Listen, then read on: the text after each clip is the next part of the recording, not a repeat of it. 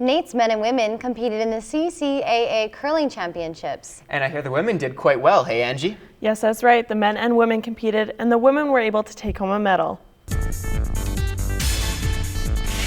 NAIT's women's team is back to hitting rocks at home after going to nationals. NAIT's women's team was in London, Ontario this weekend. They fell 7-2 to the Fanshawe Falcons in the second versus third semi-finals and were able to sweep up the bronze medal in the CCAA National Championships. I think we did very well. It was a very successful week for us.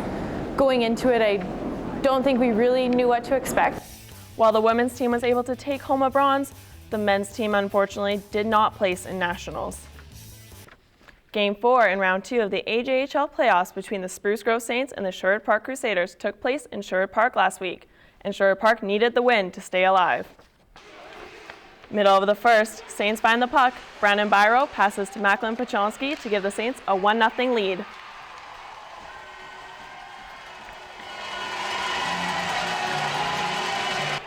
On to the second, Brandon Byro once again passes the puck to Tyler Bush, who is unlucky, but the Saints get the rebound. And Brandon Byro puts it away for his second point of the game. Still in the second, Crusaders defenseman Chris McKay gets a penalty for cross-checking, and he is not happy about it. Only 40 seconds later, and McKay is joined by Dexter McLeod, giving the Saints a 5-on-3 opportunity. However, they do not capitalize. Into the third, Saints are still leading 2-0. Josh Harris picks up the rebound and puts it in to make it a 3-0 lead.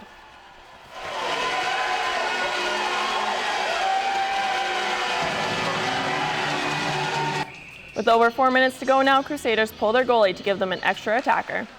Late in the third, Saints fans are singing a farewell song to the Crusaders.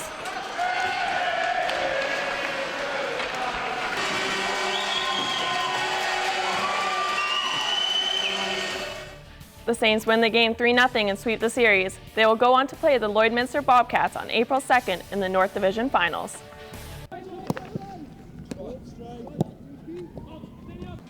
FC Edmonton is back in town after a 2-week preseason trip to Scotland, which was intended to fully immerse the players in the aggressive soccer culture of Scotland. During their trip, they were able to play in 4 matches and left with 3 wins and a tie.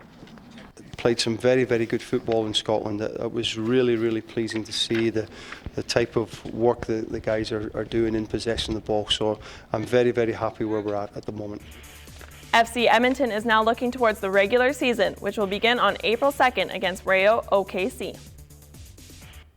It's a battle of the Kings in the first round of the playoffs, and Oil Kings are now back on home ice.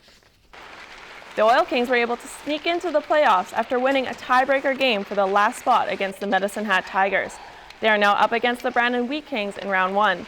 The Oil Kings started the playoffs in Brandon for the first 2 games and were able to win both. Game 3 was played last night at Rexall Place, and the Oil Kings lost 3-1. Yeah, obviously going into that tiebreaker game, anything could have happened, and it probably wasn't the scenario that we would have wanted, but it was a couple big games, and like I said, we're having fun with it and we're staying hungry.